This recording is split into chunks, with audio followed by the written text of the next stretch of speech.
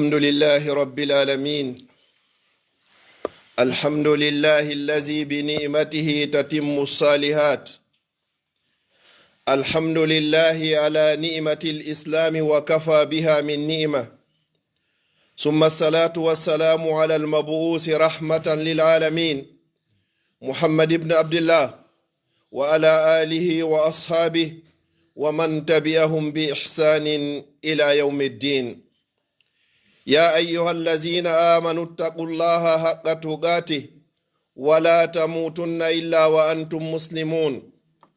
يا أيها الناس اتقوا ربكم الذي خلقكم من نفس واحدة وخلق منها زوجها وبث منهما رجالا كثيرا ونساء واتقوا الله الذي تساءلون به والأرحام إن الله كان عليكم رقيبا.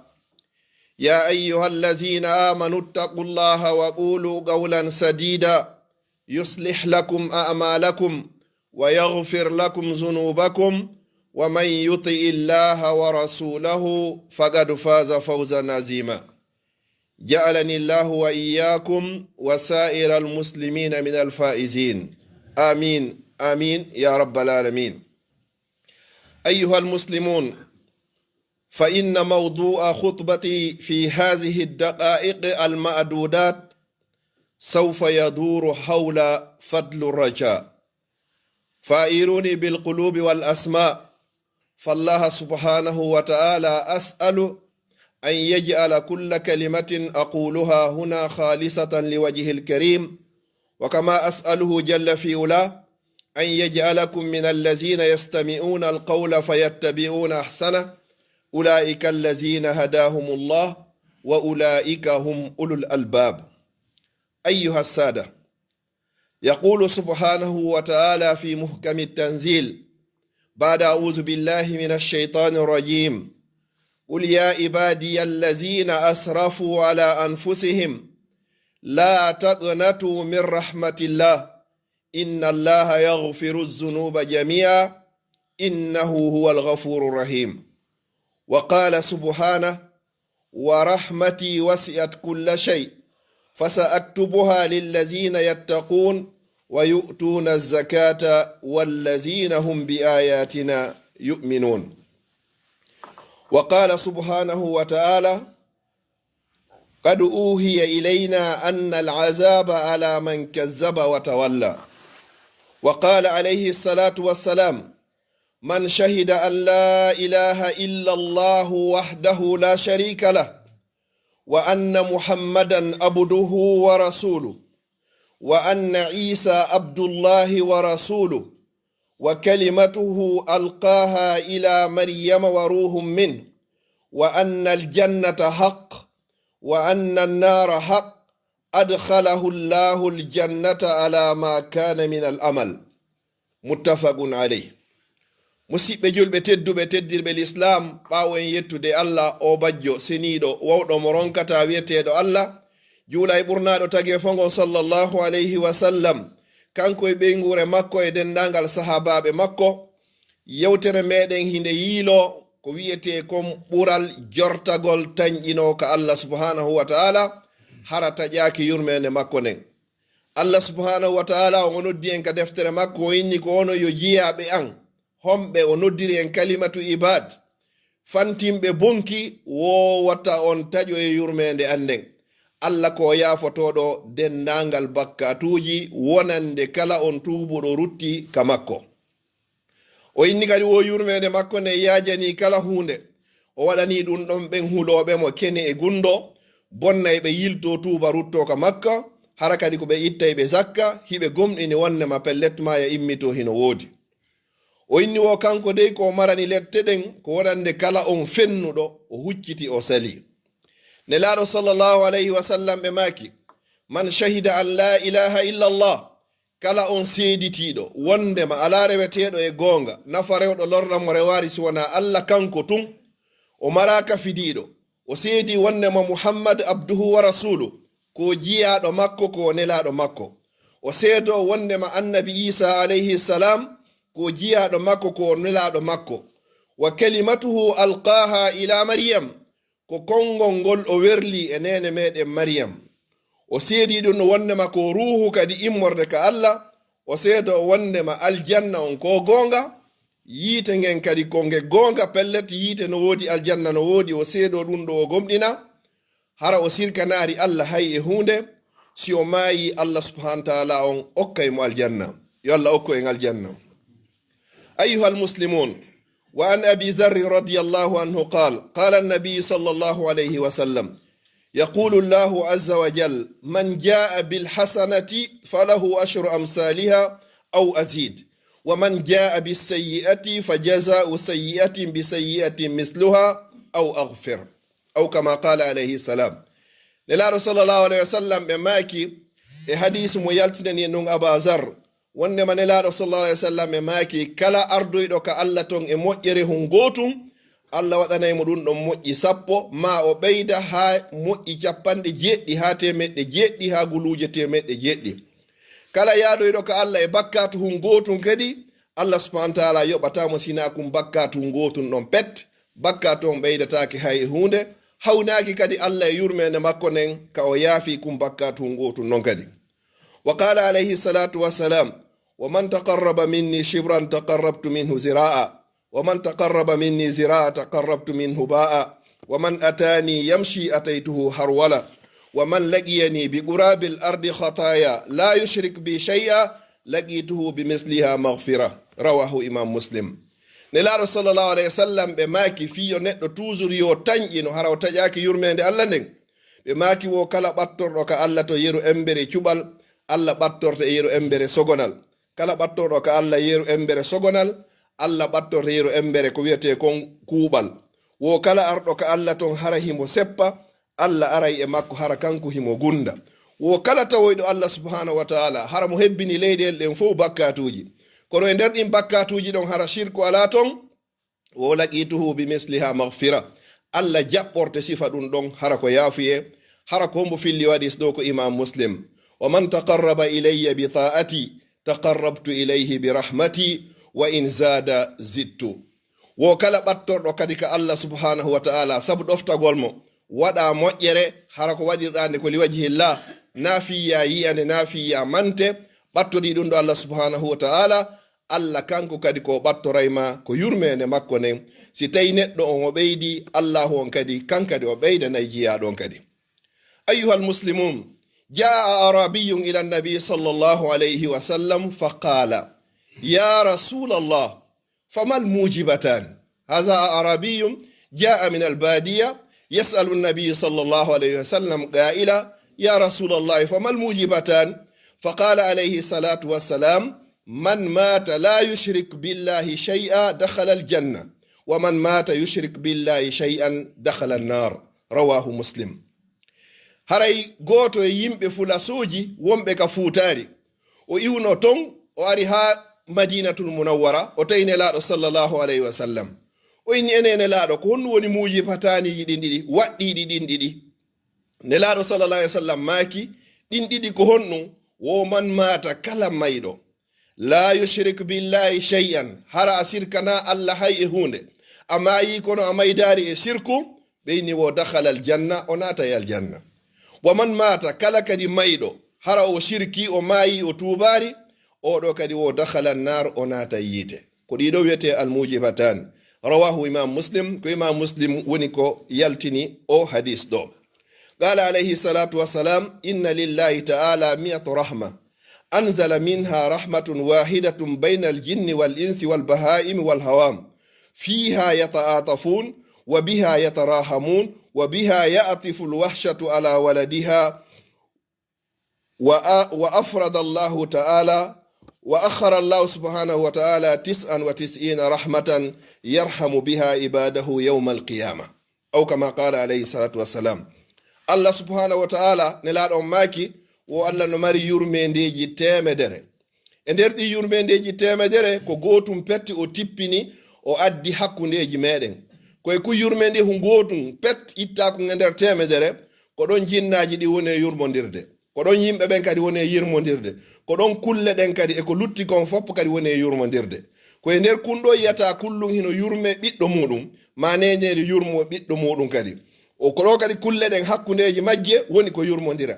Allah marani jiyaɓe makko ɓen 99 ɗeɗo o marani jiyaɓe makko ɓen kala ɓen mayɓe hara maydari e shirku yawmal qiyama. ɗen toro Allah subhanahu wa ta'ala on yo Allah on tawnoge ɓen jiyaɓe makko ma heɓoyeɓe nde yurmede ɗo. أيها المسلمون لا تقنطوا من رحمة الله. يقول عليه الصلاة والسلام والذي نفسي بيده وهو الذي يحلف والذي نفسي بيده لو لم تذنبوا لذهب الله بكم وجاء بقوم يذنبون فيستغفرون الله تعالى فيغفر لهم. رواه مسلم. نلاد صلى الله عليه وسلم بماكي حديث ووتا تاجو يرمند الله ندين نايا يو wadugol bakkatu sabu di hadiseji do ko ya duumo e tuubugo rutto ka Allah subhanahu wa ta'ala toro Allah yurmende makko nden wo'itoɗa kala ko haɗi kon waɗa yeru ko yamini ko yeru ko heɓata feere. Ne laarno sallallahu alaihi wasallam maaki wallazi nafsi bi yadi mi wondiri on mo wonki amin muhammad sallallahu alaihi wasallam woni e juuɗe mum law lam tuznibu si tawi no haran waɗatano bakkatu few la zahaba allahu bikum wo allahu on ittayno on ɓeɗo wa jaa bi qawmin o adduya yimɓe yuznibuna waɗayɓe bakkatu fayastaghfiruna allaha ta'ala yiltoɓe toro Allah kadi Allah o yaafoɓe fa yughfaru lahum kadi o yaafoɓe. haray bakkatu on ɗo nayo innu mi waɗa bakkatu ha mi gayna ɓay Allah ko yaafotoɗo mi yilto mi fillito na ɗum woni ko fanda ɗo kon ko sa ari wopude ɓayne laɗo sallallahu alaihi wasallam maki kullu ibn adama khata ɓay kala baygal adama ko faljey ɗum sa falji e waɗi bakkatu on ko ya andi ɗo kisan hiɗa mari jeyɗo yiltoɗa tuboɗa ruttoɗa ko Allah subhanahu wa ta'ala Allah o yaafoma. وقال عليه الصلاة والسلام في حديث آخر يقول لولا أنكم تذنبون لخلق الله خلقا يذنبون فيستغفرون الله فيغفر لهم. رواه مسلم. وستين هرا بيجيا ببي بواتانو بكاتوجي الله إتينو بيدو وأدى تغوغو كدي بين وداي ببكاتو هاجينا يلتو توبا روتوك الله سبحانه وتعالى الله كدي ويافو بكدي. أيها المسلمون ومعنى هذه الأحاديث أن نجتنب كل الاجتناب عن ارتكاب المعاصي ولكن إذا ارتكبناها فعلينا أن نداوم على الاستغفار كما قال عليه الصلاة والسلام من لزم الاستغفار جعل الله له من كل ضيق مخرجا ومن كل بلاء آفية. يقول النبي صلى الله عليه وسلم ما من رجل مسلم يموت فيقوم على جنازته 40 رجلا لا يشركون بالله شيئا إلا شفعهم الله فيه. رواه إمام مسلم. neɗɗo julɗo si a laatike fure a maayi a heɓi moko baaɓe julɓe 40 dariɓe hoore fure ma ɓe fewti Allah subhanahu wa ta'ala ɓe inni Allah men torike ma yaafo o juulugol fure ko ɗum ko toragol Allah yo Allah yaafo mo. sa heɓi non moko baaɓe 40 dariɓe e hoore fure ma ɓanti juuɗe mum fewti Allah ɓe inni Allah men torike ma accan o jiyaɗo ma ɗo accan o min jeejima Allah accan oɗo ko ɗum woni jeejugol ngol ɗon o waɗi bakkatu buy komin andi e komin anda ko suuɗanimo e ko feeñi ko falji e ko hawri ko tewi e ko anda Allah men torike ma accan mo. Allah ko innata ɓe jiyaɓe ɗo fof fewtilan torikela yomi accan jiyaɗo an mi accani o jiyaɗo an ɗo hay ko tawata kon ɓeɗo fof harayno ɓe andano. ko ɗum si goɗɗo neɗɗo mantima kaari no moƴƴi kaari no jangi kaari no waɗi ko ya wi'u allahumma la tu'akhizni bima yaqulun waghfir li ma la ya'lamun waj'alni khayran mimma yazunnun. aqulu qawli hadha wa astaghfirullaha li wa lakum fastaghfiruhu innahu huwal ghafurur rahim.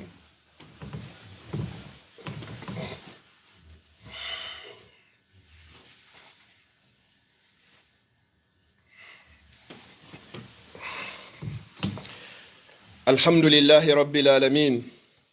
الحمد لله على نعمة الإسلام وكفى بها من نعمة ثم الصلاة والسلام على المبعوث رحمة للعالمين محمد بن عبد الله وعلى آله وأصحابه ومن تبعهم بإحسان إلى يوم الدين. أيها المسلمون قال تعالى إخبارا عن العبد الصالح وأفوض أمري إلى الله إن الله بصير بالعباد. وأن جابر بن عبد الله رضي الله عنه أنه سمع النبي صلى الله عليه وسلم قبل موته ب3 أيام يقول لا يموتن أحدكم إلا وهو يحسن الظن بالله عز وجل. musidɓe julɓe tedduɓe ɓawa yettude allah laawol ɗimmol juula e ɓurnaɗo tagi fongon sallallahu alayhi wa sallam, kanko e ɓeygure makko nden fof e dendagal sahabaɓe makko e kala wonɗo e laawol ɓeeɗo yo allah waɗu e maɓɓe ila yawmil qiyama. haray allah subhanahu wa taala himo yewta kanelaɗo sallallahu sallam maaki ɓe yewtino nde o maako ɗo balɗe tati ko adiɓe fatade, ko adiɓe iwde e hoore o adna. ɓe maaki la yamutanna ahadukum, wata goto e moɗon ndey maayu, wata wuyo adna o yaha lakara, illa wa huwa yuhsinu dhanna billah, sina hara hiɗa moƴƴini jikke maɗen hakkunde ma an e allah. kono no moƴƴinirta ɗum ɗo, inna allahu ghafurur rahim, allah ko yaafotoɗo. goɗɗo waɗino bakkatuji buy allah yaafimo, o tuubi o rutti allah yaafimo, ko ɗum ɗo moƴƴingol janno. inchallah min kadi miɗo tañƴini ka allah nde o yaafilam. hara ko ɗum ɗo woni ko waɗi juuɗe makon tun andita kadi miɗo waɗi o bakkatu ɗo dey kadi oɗo kadi no yoni ko lettoyilam, kono yurmede allah nden haray hino ɓuri tikkere makko nden. haray ko ɗum ɗo on tigi hani wonirde ko yaltinan en hadis on ko imam muslim. wa kadhalika aidan ayyuhal muslimun la taqnatu min rahmatillah. يقول سبحانه وتعالى في الحديث القدسي يا ابن آدم إنك ما دعوتني ورجوتني غفرت لك على ما كان منك ولا أبالي. يا ابن آدم لو بلغت ذنوبك عنان السماء ثم استغفرتني غفرت لك. يا ابن آدم إنك لو أتيتني بقراب الأرض خطايا ثم لقيتني لا تشرك بي شيئا لأتيتك بقرابها مغفرة ولا أبالي. رواه الإمام الترمذي. julɗo fof julɗo nayo taƴo ko yo tañƴino. nelaɗo sallallahu alaihi wasallam ɓe maaki allah daali hadisul qudusi ko yo ɓinguel adama wo an sa noddilan a jortiki en a tañƴinike lan hoore bakkatuji maɗin ko waɗɗa ko ga qertike ɗi wo ghafartu laka ala ma kana minka wala ubali, mi yafantoma ɗum ɗon fop har haaju an ala e muɗum. ko ana yoyi ɓinguel adam wosi bakkatuji maɗi yehi ha hebbini kammuli ɗin hewtoyi ka kammu dowga hoti a tuubi a ruttike ka allah, a ruttike a laɓɓini pos, a yetti décision ferme, a yiltota ko e muɗum, allah inni o yafoto ka. o inni ko ayyo ɓinguel adam wo sa ardoyi ka allah ton haraɗa hebbini leyɗele nden tew e bakkatu, kono noon bakkatu ko tawdoyɗamo ton kon la tushrik bi shay'a, hala noon sirkude ala a ton la ataytuka bi qurabiha maghfira, min kadi mi jaɓɓorte wanwa on bakkatu ɗon fop hara ko yafunde, hara ko yafuye fof. أيها المسلمون لا تقنطوا من رحمة الله إن الله يغفر الذنوب جميعا إنه هو الغفور الرحيم. أسأل الله سبحانه وتعالى بأسمائه الحسنى أن يغفر ذنوبنا، أن يغفر لنا ما قدمنا وما أخرنا وما أسررنا وما أعلنا وما هو أعلم به منا.